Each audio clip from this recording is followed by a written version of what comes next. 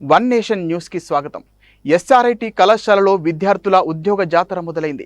2025 బ్యాచ్కి చెందిన 98 మంది విద్యార్థులకు కాగ్నిజెంట్లో ఉద్యోగ అవకాశాలు లభించాయి. Srinivasa Ramanujan institute of technology placement విజయాలలో మరో మైలురాయి అందుకుంది. కళాశాలకు చెందిన 2025 గ్రాడ్యుయేషన్ బ్యాచ్కి చెందిన 98 మంది విద్యార్థులు గ్లోబల్ ఐటీ దిగ్గజం కాగ్నిజెంట్ టెక్నాలజీ సొల్యూషన్స్ సంస్థలో ఉద్యోగ అవకాశాలు పొందారు. ఇవాల్టి యువతకు అవసరమైన నైపుణ్యాలను అందిస్తూ పరిశ్రమలతో అనుసంధానమైన విద్యను అందించడంలో ఎస్ఆర్ఐటి ముందుంటోంది. ఎంపికైన విద్యార్థులకు జెన్సీ ప్రో, జెన్సీ నెక్స్ట్ కేటగిరీలో ఉద్యోగ ఆఫర్లు లభించాయి.